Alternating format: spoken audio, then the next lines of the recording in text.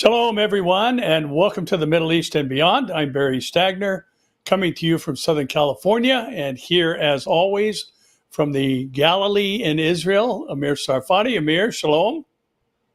Shalom, Pastor Barry. Not a dull moment here in Israel and in the Middle East, and we have so much to talk about, even on events of the last 1 hour. Yeah, a lot going on. It seems like things are heating up again as far as not just newsworthy stories, but things related to Bible prophecy. And, you know, Amir, there is a lot of negative news that comes out of the Middle East, obviously. But there's a positive thing that happens now and again. And something developed in Iraq with a Princeton grad student who is of Israeli-Russian heritage. And maybe you can talk about how this kind of relieves some of the stress that's going on over in Iraq between Israel and really the rest of the world, the Western world, that is, by this release of this woman, held for some 2 years now.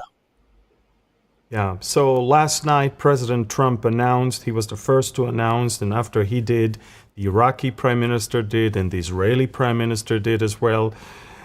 President Trump basically said the following thing, and I'll read now from his tweet. I'm pleased to report that Elizabeth Tsurkov, a Princeton student whose sister is an American citizen, was just released by Kataib Hezbollah.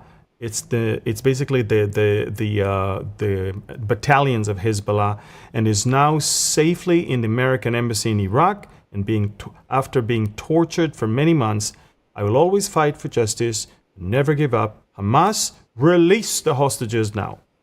And so that was President Trump. Elizabeth Tsurkov, we prepared, but by the way, that's Benjamin Netanyahu's one. Today, hostage Elizabeth Tsurkov, an Israeli citizen, was abducted in Iraq in March of 2023, was released.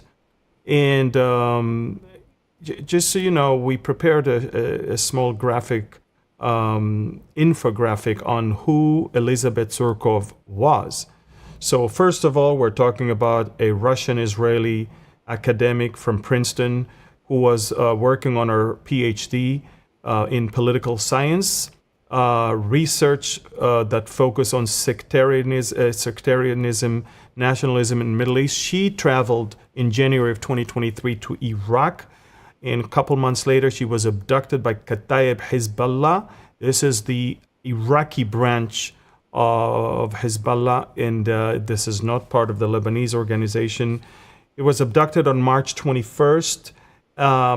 This is another Iranian-backed militia, held for 903 days under harsh conditions, and yesterday she was freed. And when you read carefully between the lines, Pastor Barry, and I read quite a few articles about her. The reason why she was released, the terrorists admit they were afraid that Israel will assassinate them, which basically leads to most of our topics today, because and that tells you how effective these assassinations of terrorists are. They're afraid, and when they're afraid, they make concessions. They do some twists and bends, and as you can see, they decided not to destabilize their region under the pressure of the Iraqi government as well. They moved her to the U.S. Embassy. She already landed in Israel. She's now being examined in a hospital in Tel Aviv and being reunited with her family. But these are good news. And by the way, when you say bad news, the rest of it is bad news. I don't think the rest of it is bad news. When we strike terrorists in Doha or in Yemen or in Lebanon or in Syria, these are good news. There's a big fight between darkness and light, evil and good in the Middle East. And it's always important to be on the right side. And when the enemy is on the run, it's a good thing. So yeah, Elizabeth Tsurkov has been released. President Trump was the one to share the news. Following him, the Iraqi prime minister, the Israeli prime minister. Look, there has to have been some payment for that. Israel probably will somehow at some point release some people that are important to Kataib Hezbollah in Iraq, but we'll do that in due time. If you remember from last week, we still need to settle the score with the Iraqi militias. They killed 2 of our soldiers last year, and we haven't touched them yet, and they know that it will come. I think one of the reasons they released her is because they want to soften the blow that is surely going to come upon them. Yeah, apparently they've been watching the news, what's been going on around the Middle East arena, so to speak. And Amir, our next story reminded me, I think it was 2015.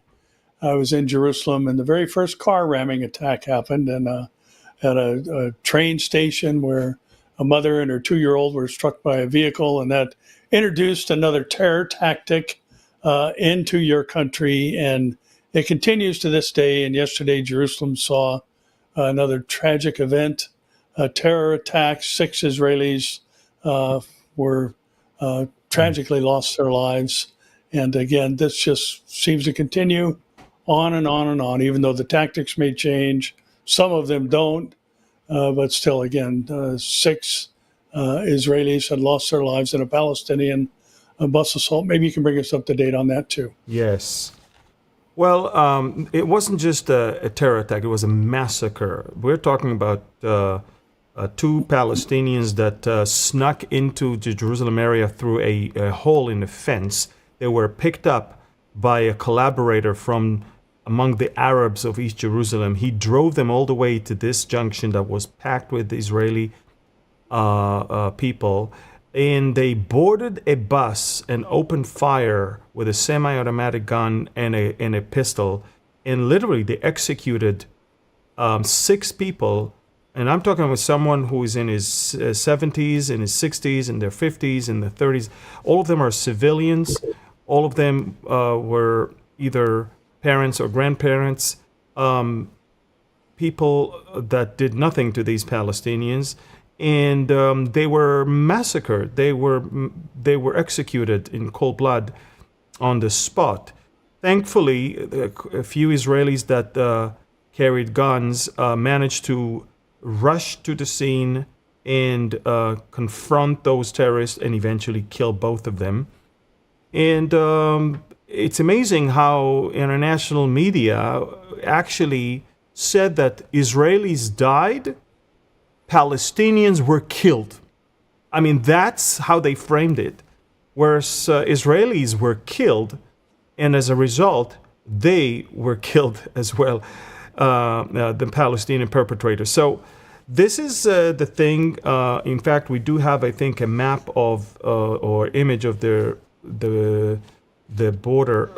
I think we may have a map of where the whole West Bank, maybe not, but just so you know, Hamas ordered this.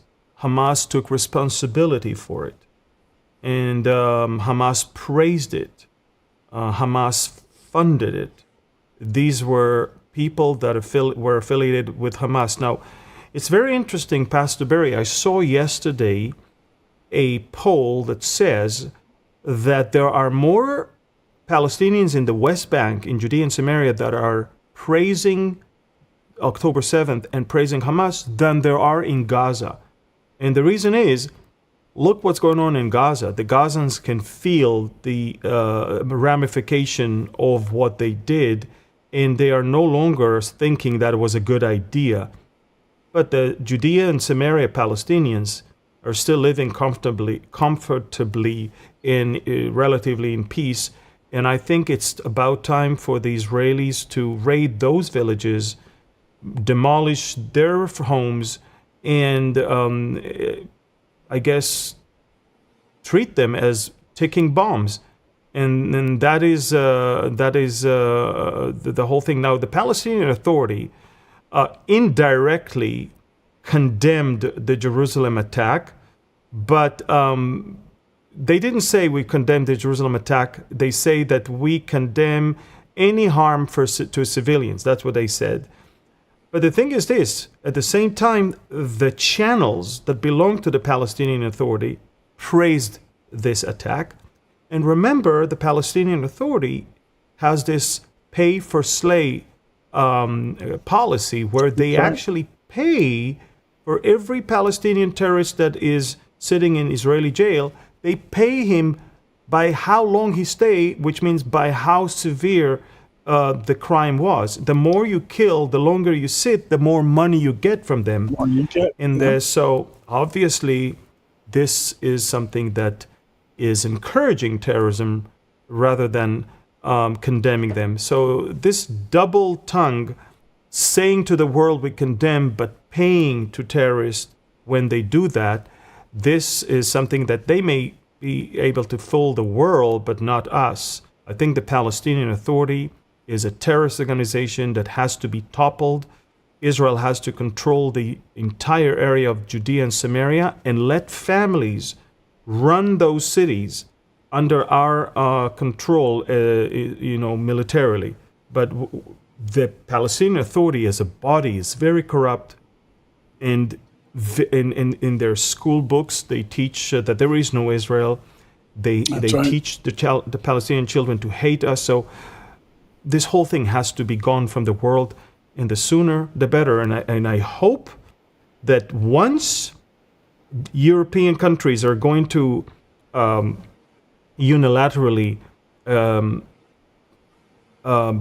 declare or approve a Palestinian state in the UN this month, I hope Israel will be smart enough to impose a sovereignty over most of Judea and Samaria for the first time and forever, I hope. So only the pockets of the main Palestinian cities will be left in their hands to be governed by them, and that's it. Their dream of Palestinian state may be approved and praised in the UN, which is the United Nothing. But on the ground, it is nothing but a dream but not a reality. It's two different things. I mean, everybody's praising them and everybody wants to support them. Everybody wants them to be a state on the paper, but in reality, it's exactly the opposite. The more we move forward, the further that dream is from them. And I really hope that by the end of this year, Israel will not only finish with Gaza, but will also impose sovereignty in the Judea and Samaria, and will maybe then be able to finally get some peace in this area. Yeah, Amir, I think we're all waiting for the International Criminal Court to condemn this as a war crime, and I think we got a long wait for that. Again, liberal media, all the woke media, the progressive media, silent on these issues, and in their minds, it's justifiable rage on the part of the Palestinians. So again, what a delusional age we live in. And these annexation threats and these Palestinian statehood pushes that we're seeing from many in the international community are kind of a push and a pull, if you will. What's going on, as you just mentioned, Israel declaring sovereignty over these areas. This is biblical Israel.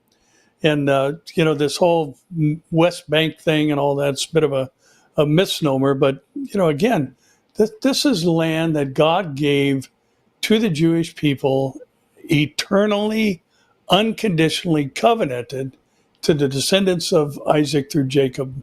And it's unbelievable, the silence out there on the heels of what just happened in Jerusalem. And yet, if the roles were reversed, if civilians were killed because Israel took out some type of terror cell that was meeting in a school or a hospital in Gaza, the outcry would be huge. Yeah, I think that also we have to remember there is a plan already of Finance Minister Smotrich. He already drew a map with a proposal to extend Israeli sovereignty over 82% of Judea and Samaria.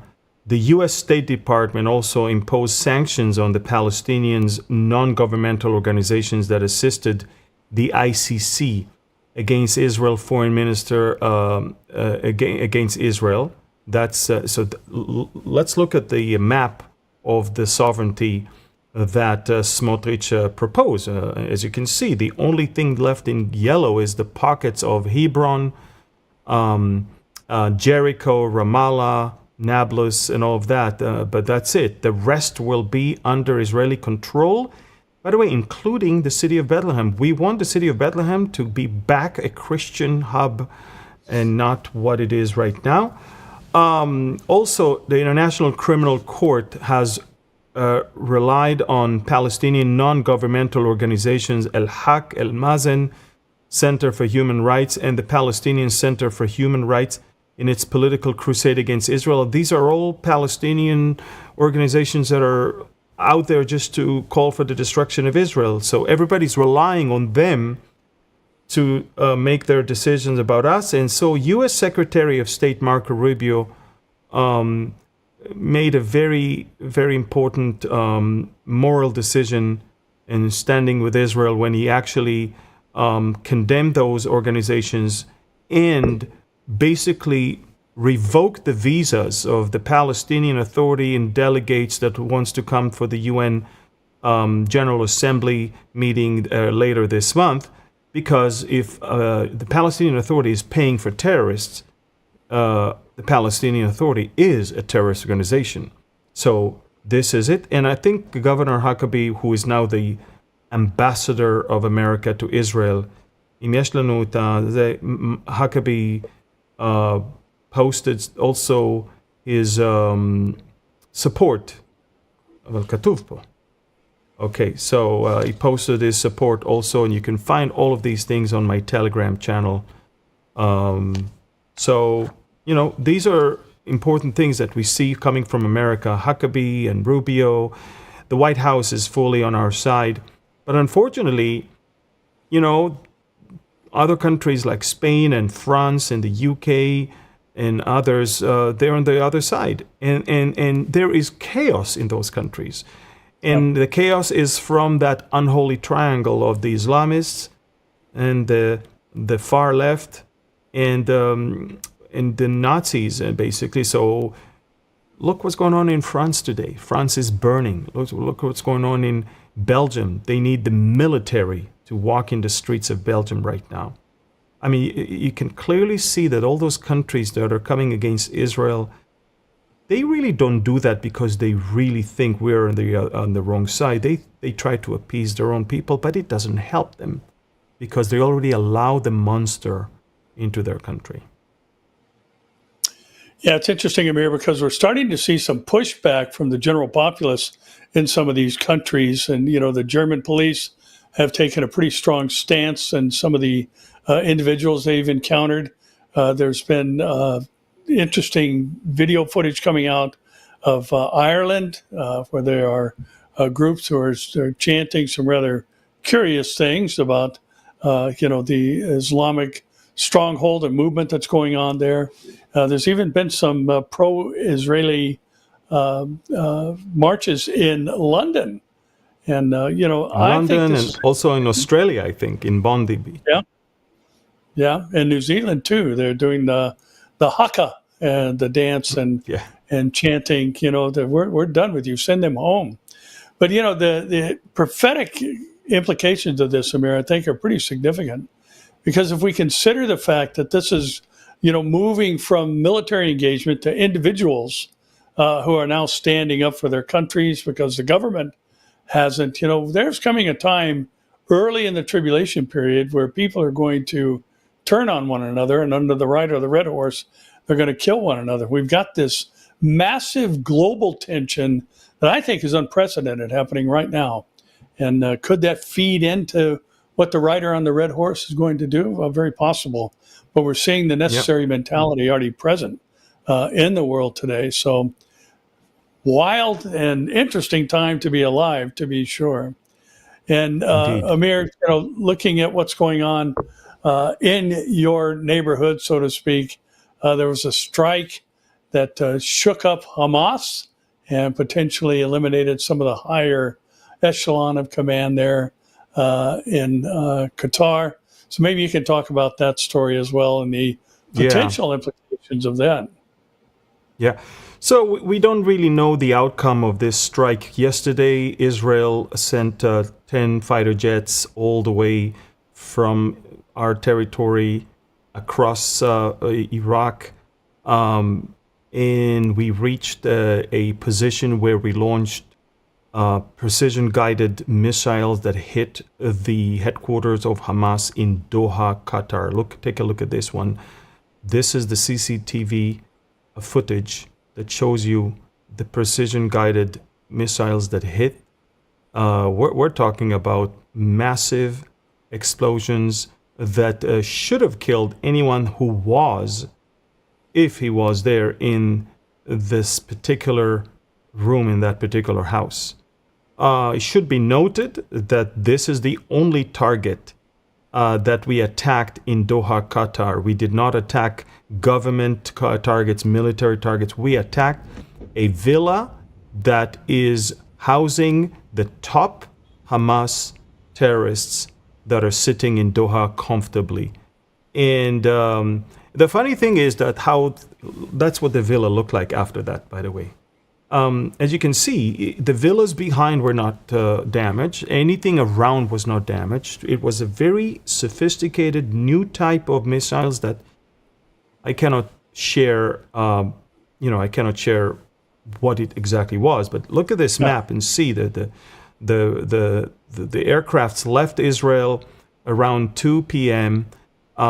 Crossed the area, made it all the way to the Qatari airspace, launched the rockets away from the UAE and Saudi Arabia and hit the Wadi Radwan Street in Doha, Qatar, where the terrorists were meeting.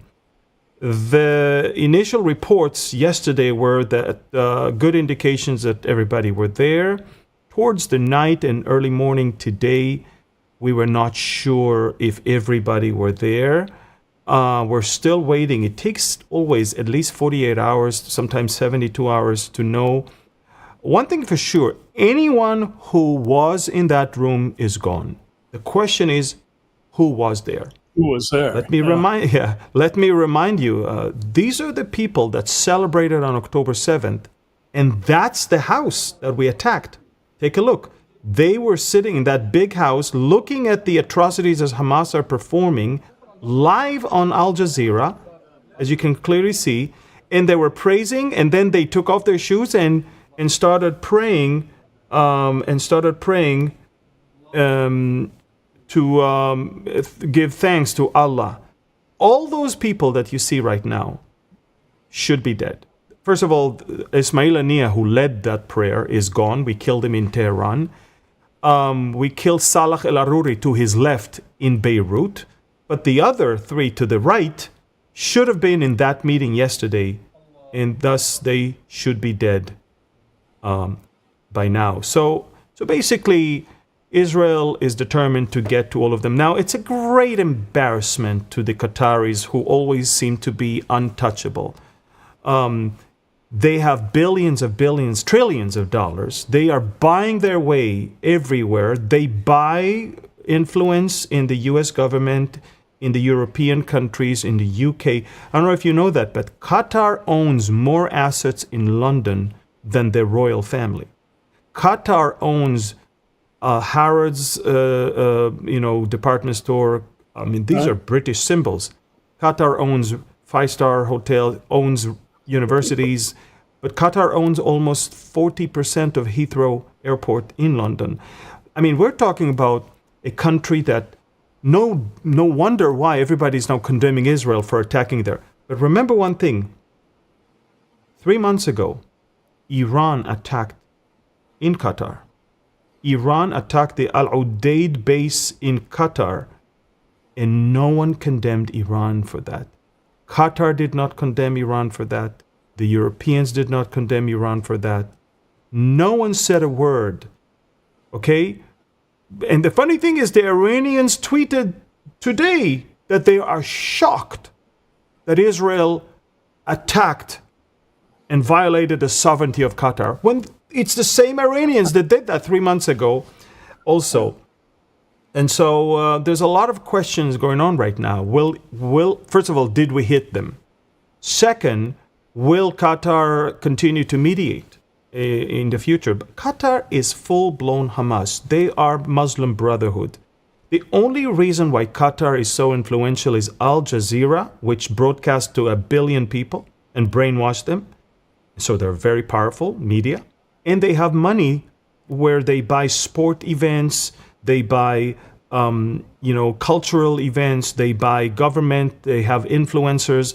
Qatar bought basically Tucker Carlson. He's right now looking at Qatar as an ally and Israel as an enemy, where we know exactly who is what when it comes to America. Qatar is buying influencers in America from both sides, the left and the right. Qatar bought all the senates in all the universities. Qatar is funding the anti-Israel and anti-America rhetorics in the universities. Qatar is a poison. It's a 300,000 people country in the size of a big city that has 2 million non-Qatari slaves that are working for them there. And Qatar has no right to say anything about human rights because it treats its own slaves there horribly. Qatar is by far the most diabolic country in our region besides Iran, and that's why Qatar and Iran are two, are birds of the same feather. I mean, it's amazing to see that.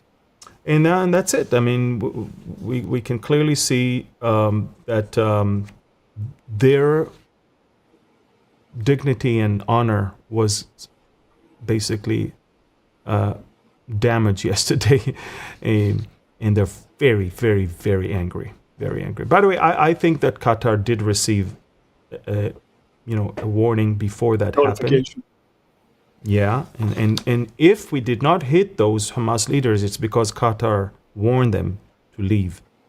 So I'm just saying, just remember, Qatar and Turkey are the same thing. They help one another. One has the political power and the other one has the money. And it's the same thing. So, Pastor Barry, I'm glad we did it. Even if we didn't kill the heads of Hamas, the actual strike sent a message to the Qataris and to the whole world. There's not a single country, even if it can be a very, very, very, very wealthy country. No one is immune when it comes to housing and harboring Hamas terrorists. We will get them everywhere, one by one, until everyone that is responsible for October 7th is few feet under the ground. Yeah, Amir, you mentioned that they were living comfortably in Doha, and I think we could add cowardly to that as well. Yes, not being even with the people that they say they are leading. And it also reminds us, Amir, that the international community has funded this villa, and a lot of the monies that spent on terror tunnels and the other things that we know they have used billions of donated dollars to do. They also finance this lifestyle for these leaders of Hamas to stay outside of their own country and live in the lap of luxury, so to speak. So yeah, and one of the reasons we did that, Pastor Barry, is because when you live in comfortable life in villas and 5-star hotels, you don't suffer. And when you don't suffer, you are not rushing to find a solution to the problem. The problem that Hamas was refusing to release the hostages and sign a new deal is not because of Hamas in Gaza. It's because of Hamas in Doha. The people in Gaza already can't wait for a deal. They can't wait for a ceasefire. But Hamas in Doha, they don't care. They don't suffer. They don't feel anything. They eat, living like kings. They drink. Exactly. So they were the problem. If somebody says to me, Amir, what you did yesterday harmed the negotiation, I say, you don't know what you're talking about. They were the problem. if anything now, if they're all gone, I think it'll be easier to talk to the people in Gaza because they are desperate for a ceasefire.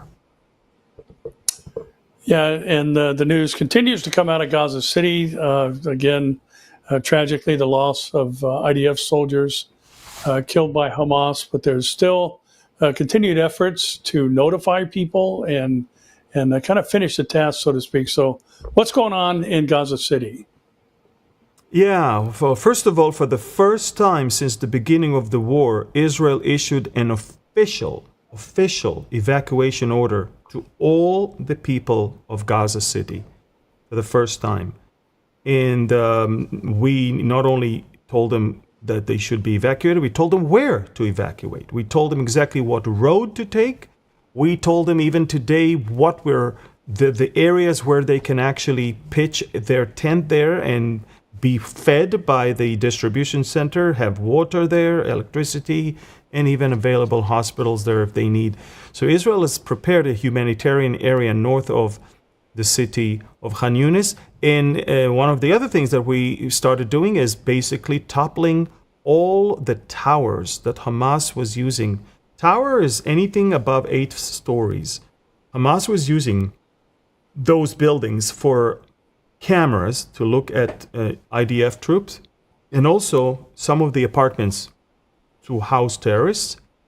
And some of them were actually covering shafts and tunnels where they were meeting. So take a look at this is from today. A tower that was standing there received evacuation notification, and a few minutes later it was gone.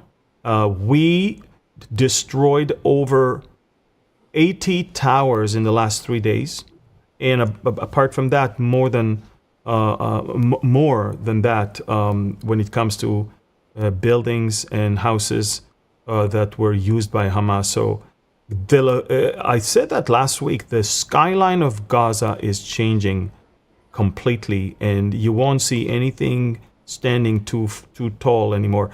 The idea of the Israelis is to completely destroy any terror infrastructure and not to allow them to recover.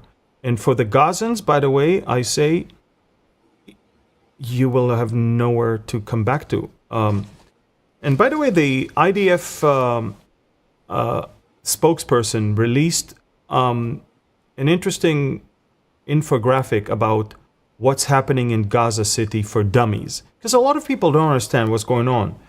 The IDF needs to fight a jihadi terrorist group that is holding 48 Israeli hostages for over 700 days and is refusing a deal to release them. The same jihadi group threatens to carry out another million October 7th when given the opportunity.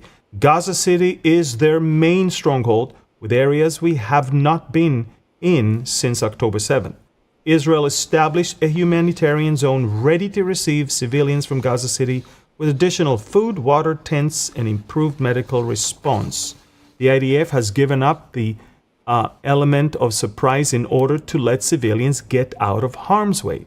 The IDF has designated a route to move to the humanitarian zone and communicated it publicly through leaflets, SMS, phone calls, and on social media. Hamas is preventing civilians from moving out of the war zone and asking them to stay as human shields.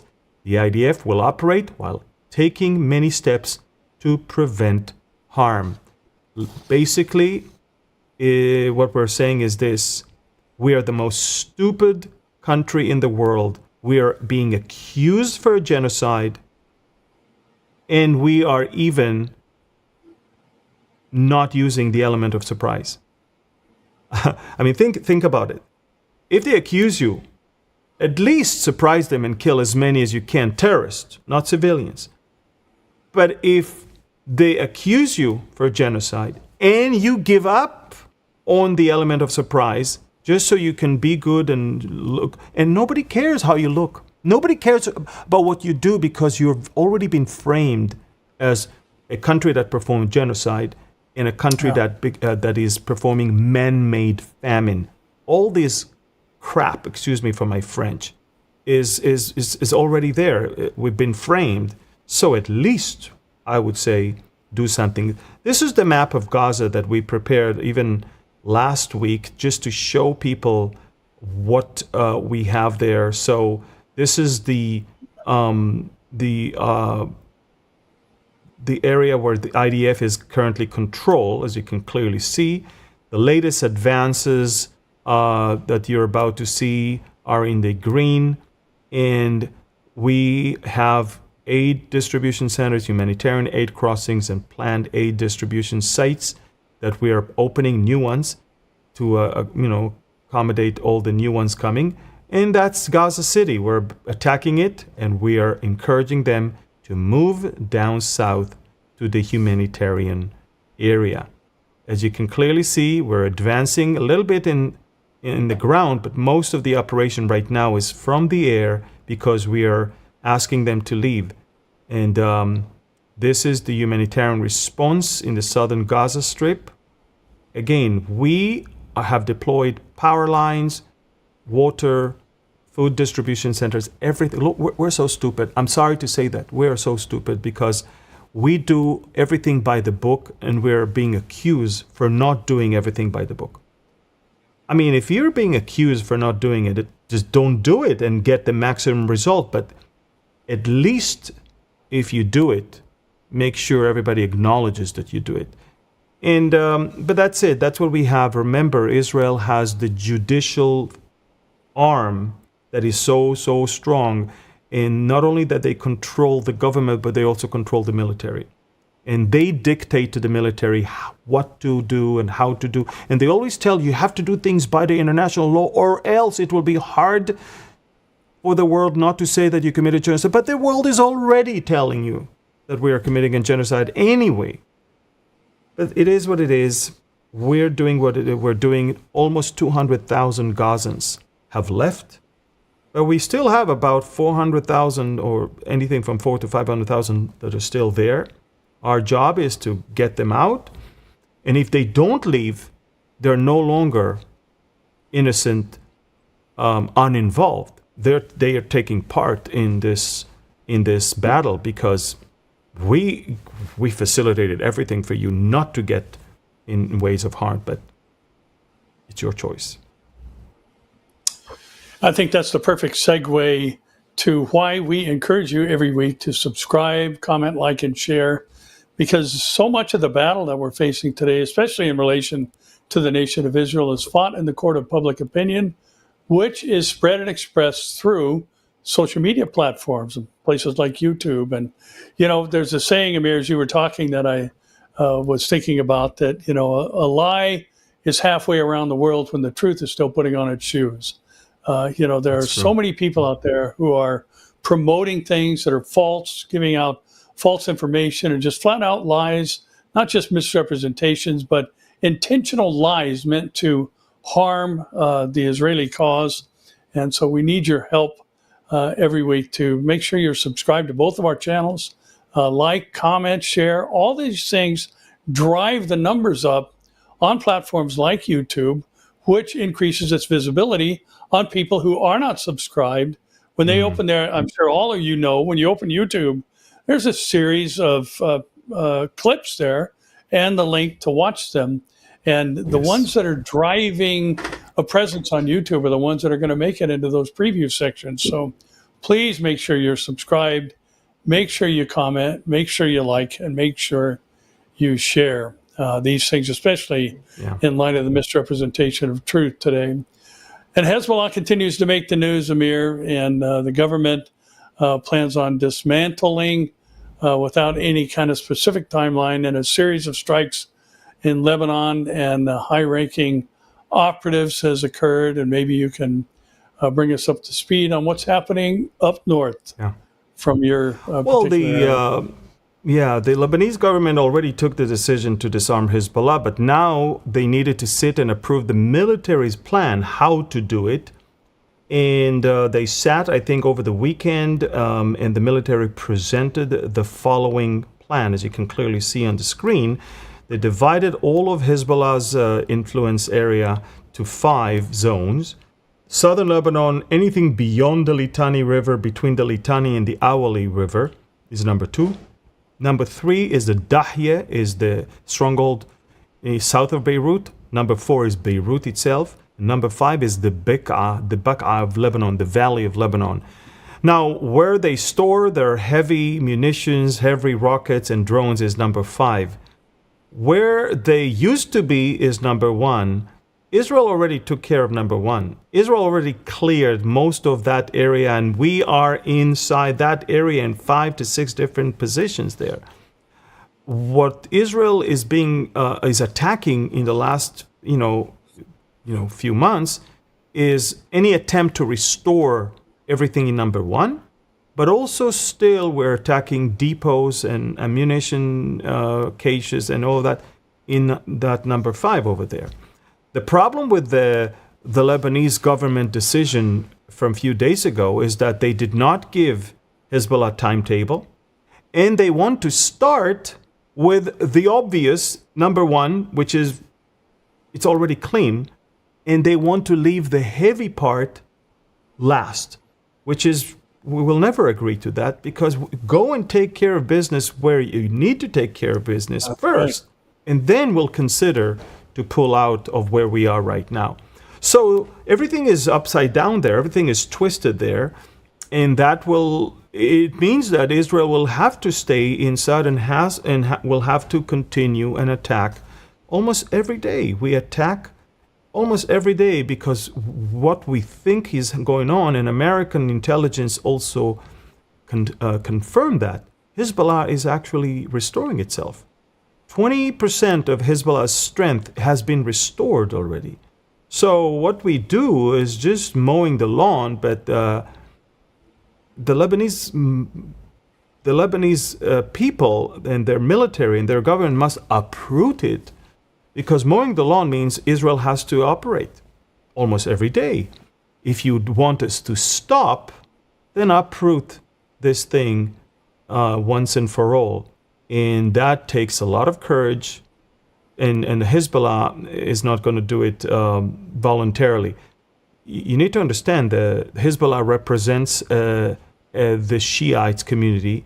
They're the protectors of the Shiites. The Shiite community in Lebanon used to be the weakest until the 1980s. They were the weakest. The Christians were the strongest. Then came the Druze and the Sunnis, and now, after Iran invested so much and the Shiites became so big and so strong with their own army, which is the Hezbollah, the last thing they want is to give up on it. It's their pride, it's their strength. And they're also afraid that al-Jolani from Syria will see them weak and then maybe invade and finish the job and kill all the Shiites there. So they don't want to give up on their weapons. Lebanon may even have to go into a civil war in order to get that done. And until that happens, Israel cannot and will not let its own troops out because we cannot afford that. And that's important. It's important that people understand that. We're there to stay until Lebanon takes business into its own hands and uproot this thing. Israel is strong enough right now to call the shots and not to allow that, the recovery of Hezbollah to take place. Well, it's not just the northeastern border that there are things happening in Amir, but also on the northwestern border. There's all continuing issues going on. I think it's interesting that Turkey is not being allowed to gain a foothold there. One of the named countries in the Ezekiel invasion, and yet Syria again continues to crumble as Israel strikes Palmyra, Latakia, and Homs. And so what's happening there on that side of the north of your country? Yeah.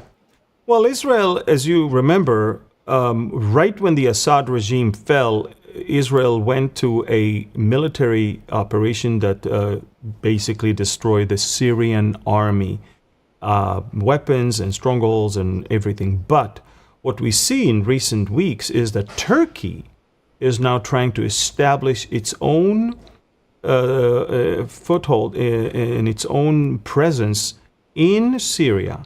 What Iran did before, Turkey is doing now. And Turkey is installing radar systems, communication systems, espionage systems. So Israel is determined not to allow that to happen. We are drawing the lines there. Turkey, you take care of Turkey. Stay there where you are. Don't invade into our neighbor and threaten us from there. So Israel, a few days ago, went on a massive night raid. You can see that video where we bombed huge storehouses of missiles. These are air defense systems of Russian Pantsir missiles that we took out. But we also carried out strikes in locations in Palmyra, where we destroyed Turkish infrastructures, as well as Latakia and Homs. So, in fact, I think we have a map that can show you where we attacked in Syria, the different places that we attacked. All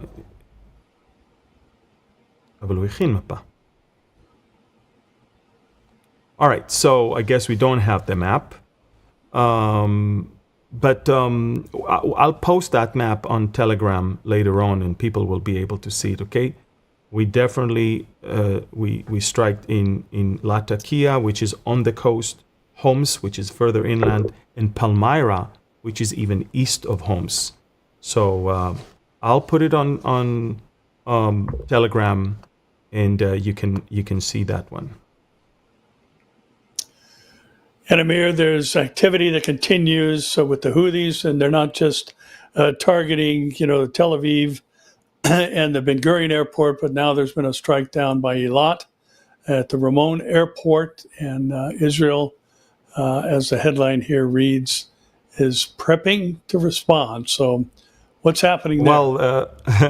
Well, the headlines should be changed, but we created this headline 50 minutes before Israel launched another strike, which is a couple hours ago.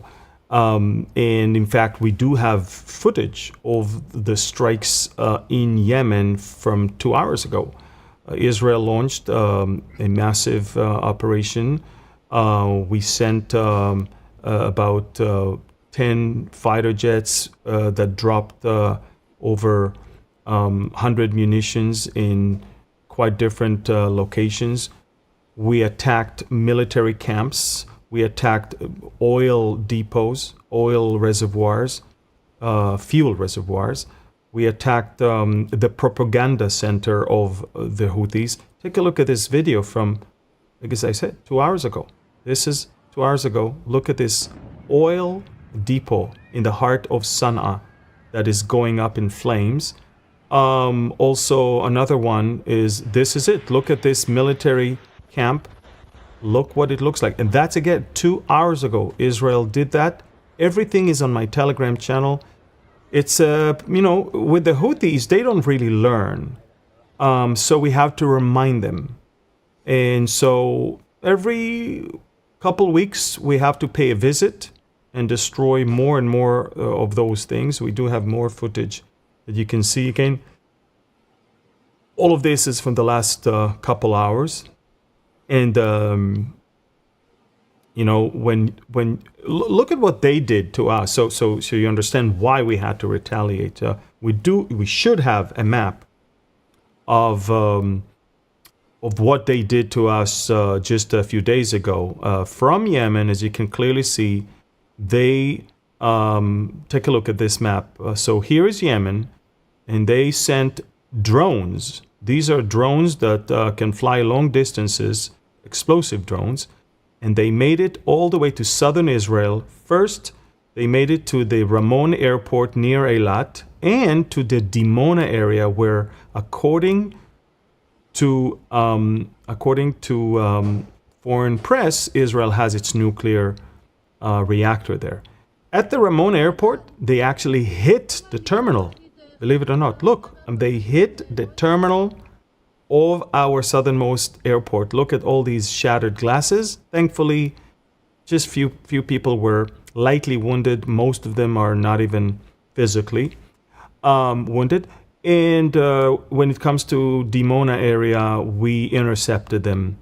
But we paid a visit a couple hours ago, retaliated, and this time it was the longest distance Israel ever had to fly, with over 2,200 kilometers, flying all the way to the Houthi area of Yemen and carrying enough munitions. So take a look at that. I mean, this time, after what they did to us, we launched our own operation in Sana'a, in Amram, and as you can clearly see, we launched our fighter jets and we responded decisively.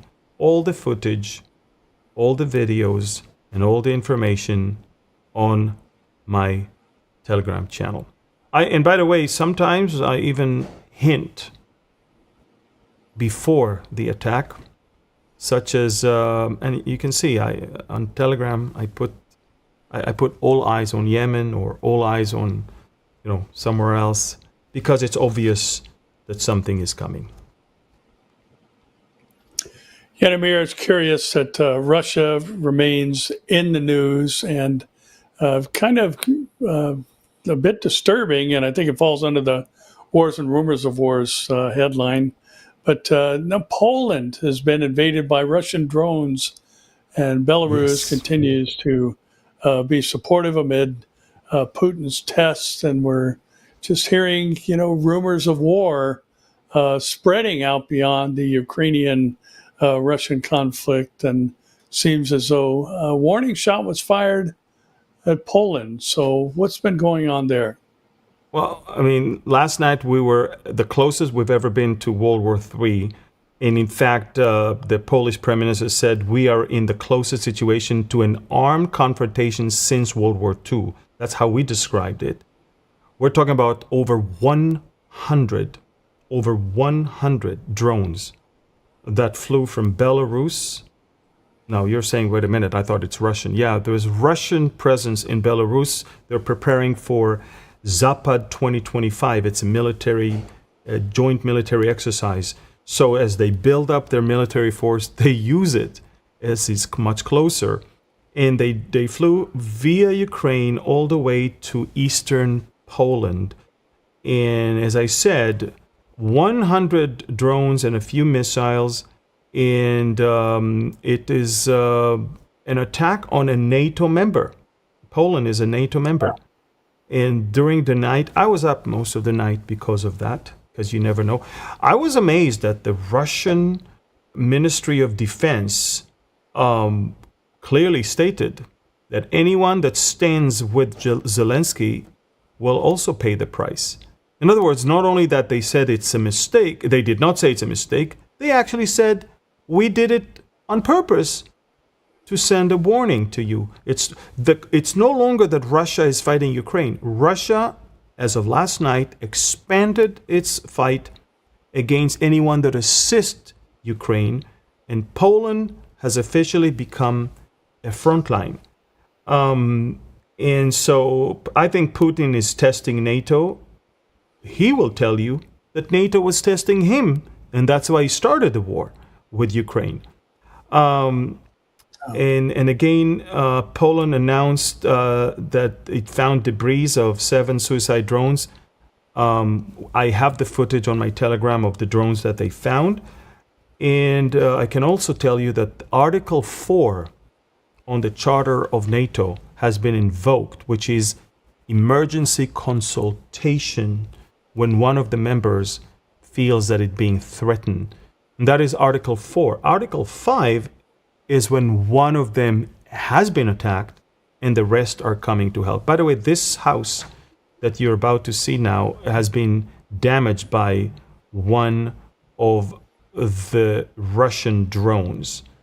Allow me to show you the map of how it all happened. As you can clearly see, there's the map of massive Russia and of Belarus next to it, and of Ukraine and of Poland. And then, of course, that's the area where there's debris of Russian suicide drones and missiles that they found, all that area.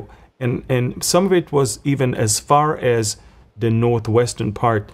So quite a long distance. During the night, NATO fighter jets were flying low, trying to hunt those drones. So unprecedented collaboration of NATO members sending F-16s, F-35s from Holland, from Poland, and also some other reconnaissance planes. The U.S. congressman, from Joe Wilson, basically said the following thing. He said, Russia is attacking a NATO ally, Poland, with Iranian Shahed drones less than a week after President Trump hosted President Narowski at the White House. This is an act of war, and we are grateful to NATO allies for their swift response to war criminal Putin's continued unprovoked aggression against free and productive nations. So as far as a U.S. congressman, it's actually an act of war. Again, last night we were that close to a beginning of World War III. And if Putin is going to continue and expand the attacks on more of NATO members, such as others that are providing help, then it's going to become a war. And as I said, I think Putin is definitely testing NATO right now. And I'm not sure he's very intimidated by what he saw yesterday. No, Amir, it's interesting as you're talking. I was thinking about the fact that here you've got these power-hungry men who are influencing the events of the world. You've got Putin, who wants to see the restoration of the glory days of Mother Russia. You've got Erdogan, who wants to become the Sultan over the reestablished Ottoman Empire. You've got the Shia Iranians, at least the leadership, that wants to see that global caliphate established. And we are headed toward a time where there is going to be one guy who's running the show of the whole planet. And thankfully, we won't be here when that happens. But our next story, Amir, I think is interesting because it is a major contributing factor to the mentality that's necessary for the events of the tribulation to take place as far as individual response to the Antichrist. And, we've had some of the debates, Dinesh D'Souza and others.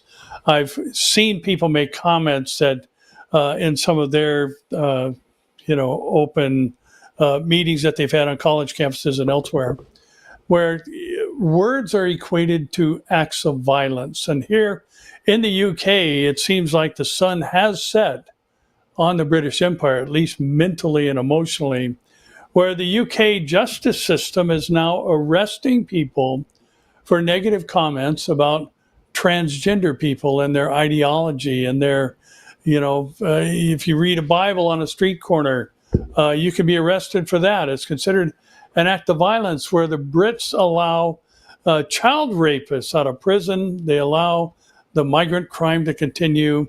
And Amir, this is, I think, just part and parcel of what is required for the whole world to go after someone who is empowered by Satan. Revelation 13 makes it quite clear that the Antichrist receives his power and authority, as does the false prophet, from Satan himself. And you can't get much more satanic than to say someone who is, disagreeing with a particular group's ideology needs to be arrested because they're committing acts of violence because of things they post on social media platforms.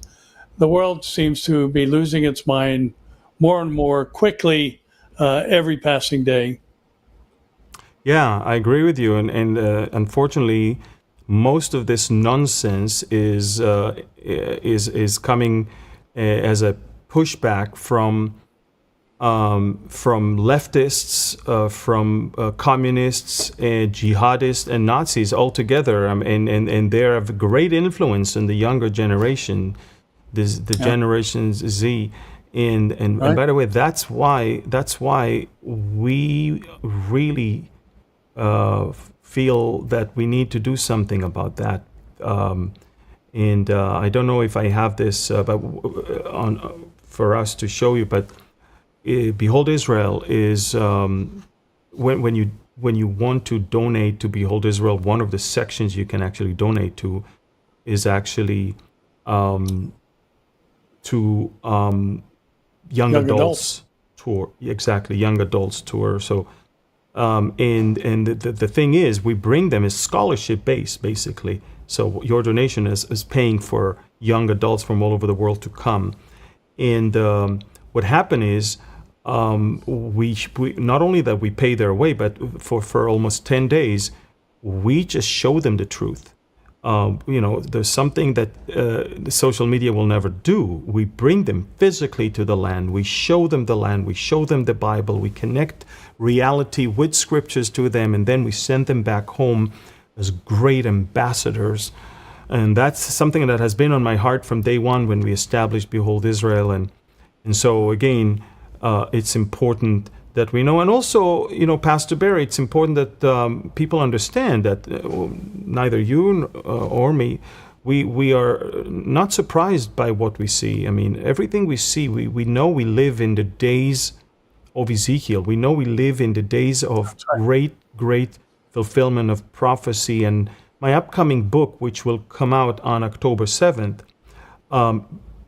Exploring Ezekiel, is basically all about that. Maybe we can show a tiny little clip on that so people will understand what this book is all about. So.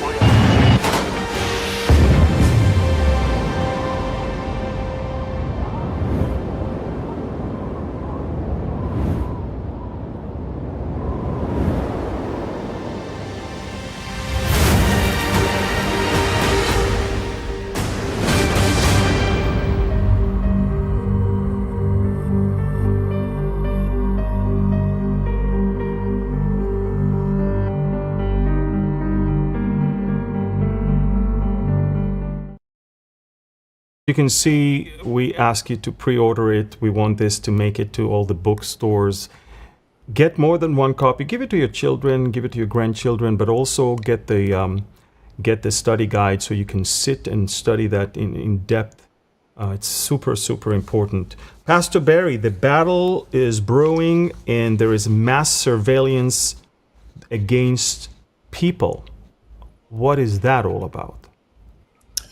Yeah, there's a company named Flock Safety that has basically instituted license plate readers, automated license plate readers.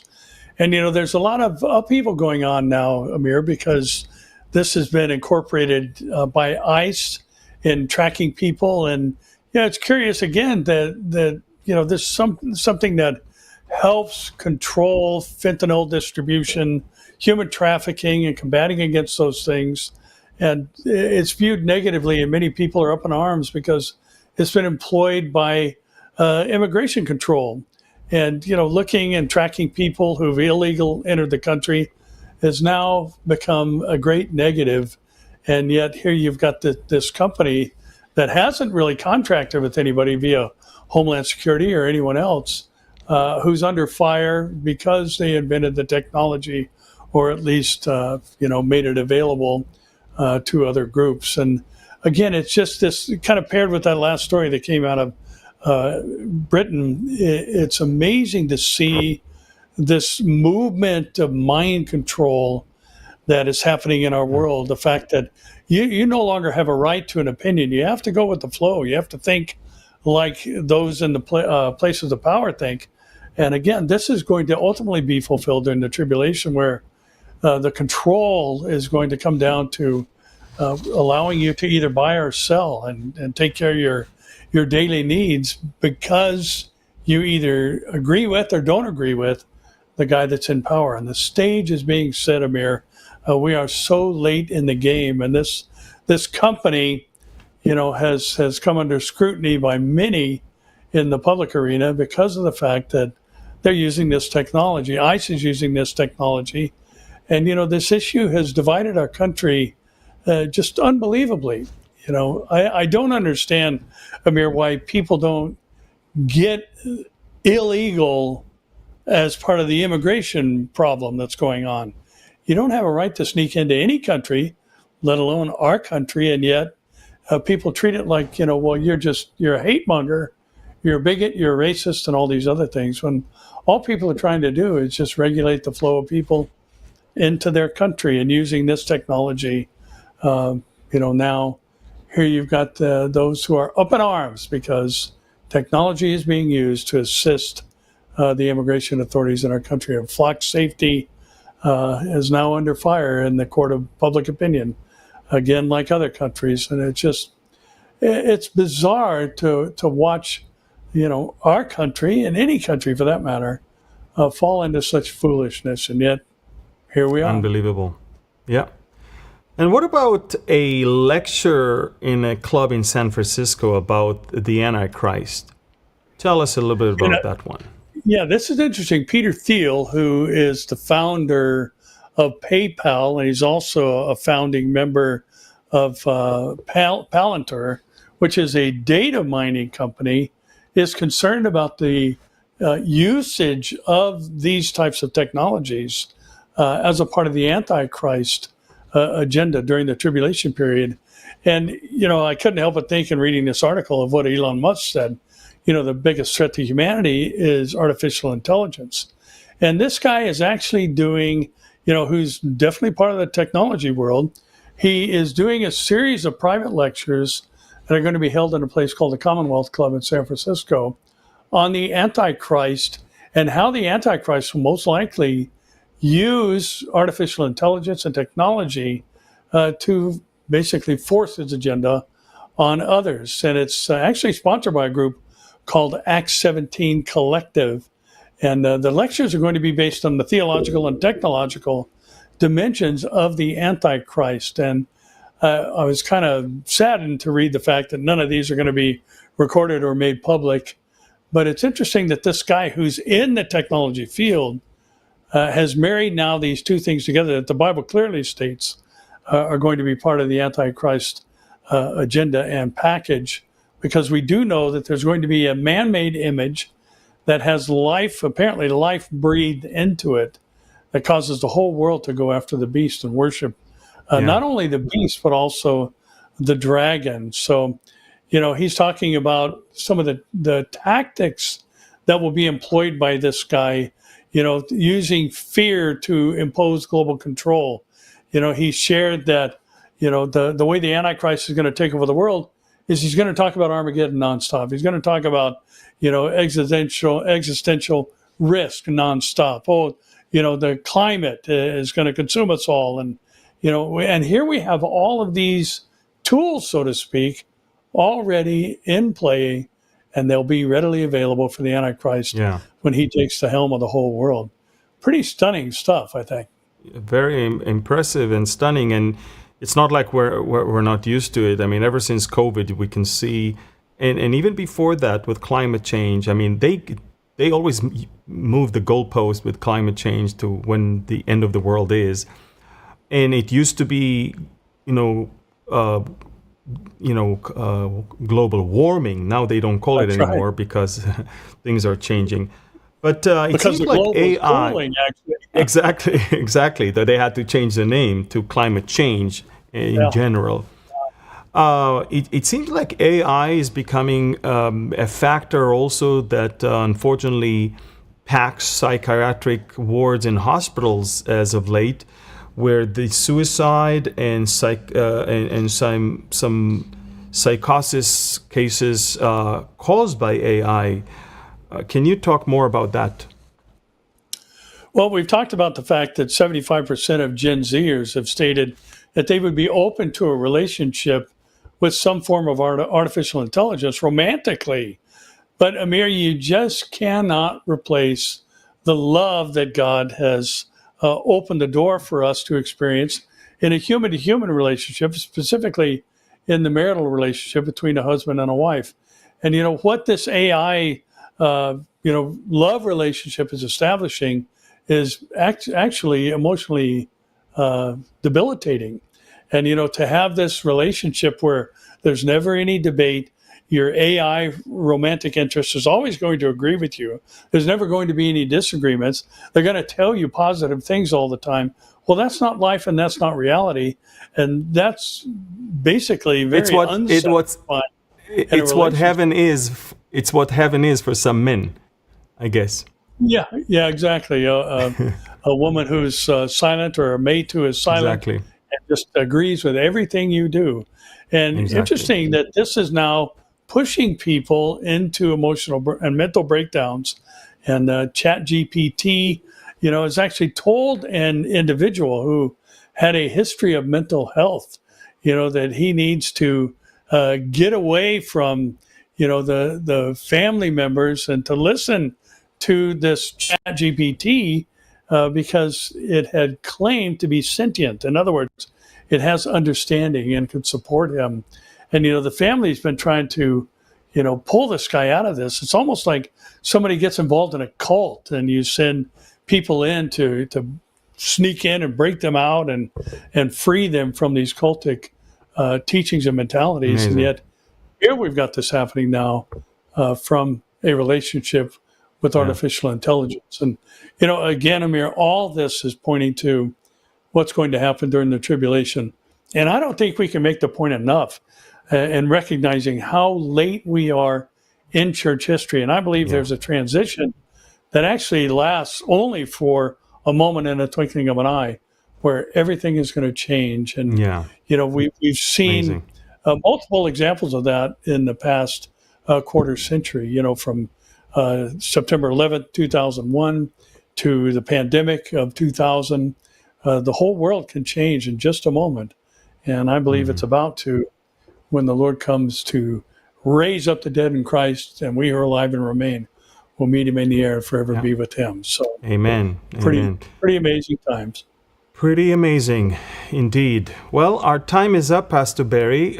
We've covered a lot. And again, I want to look, I need to tell people that we're not into sensationalism. We're not going to sell you stuff just to cause you to watch a video. This is where you're going to get things as they are. And it's important, I think, to share it with as many as you can, because sensationalism will always use clickbaits and yet bring you down, not up, because it's not based on solid truth. It's based on trends. Please sign up, follow, share, like, and comment. It's important to push the truth and not sensationalism as is. We also want to remind you, Pastor Barry and myself, we wrote a devotional, 365 days devotions on Israel and Bible prophecy. It's called Until He Comes. And it is already up there for pre-sale on Amazon. And this is the QR code you can already scan and pre-order it. But again, the book that is coming on October 7th, which I need your help to get to that number where it will get to the big major department stores so non-believers can get, is also Exploring Ezekiel.